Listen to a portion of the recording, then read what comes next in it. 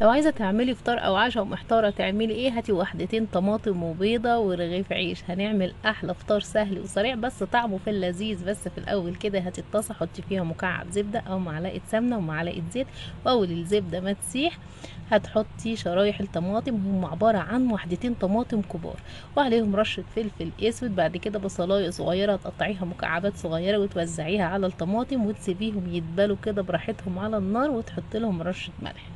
بعد كده هتجيبي البيضة او البيضتين زي ما تحبي، تحطي لهم ربع معلقة صغيرة جنزبيل بودر وتوزعيهم كده في الطاسة وسيبيهم كده يستووا تسوية بسيطة. بعد كده هتحطي شوية صغيرين قوي من الجبنة الرومي والجبنة الموتزاريلا واي نوع جبنة بتحبيه تقدري تحطيه.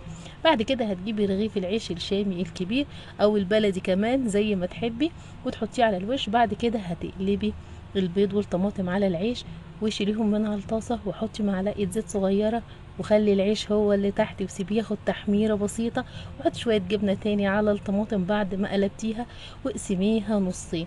هتلاقي العيش اخد لون ذهبي وبدأ يتحمص شوية بشوية، قلبيه الناحية التانية وخليه يكمل تسوية. اول ما ياخد اللون الذهبي الحلو المقرمش ده شيليه من الطاسة وحطيه على الطبق وقطعيه وكلي احلى فطار وعشاء بألف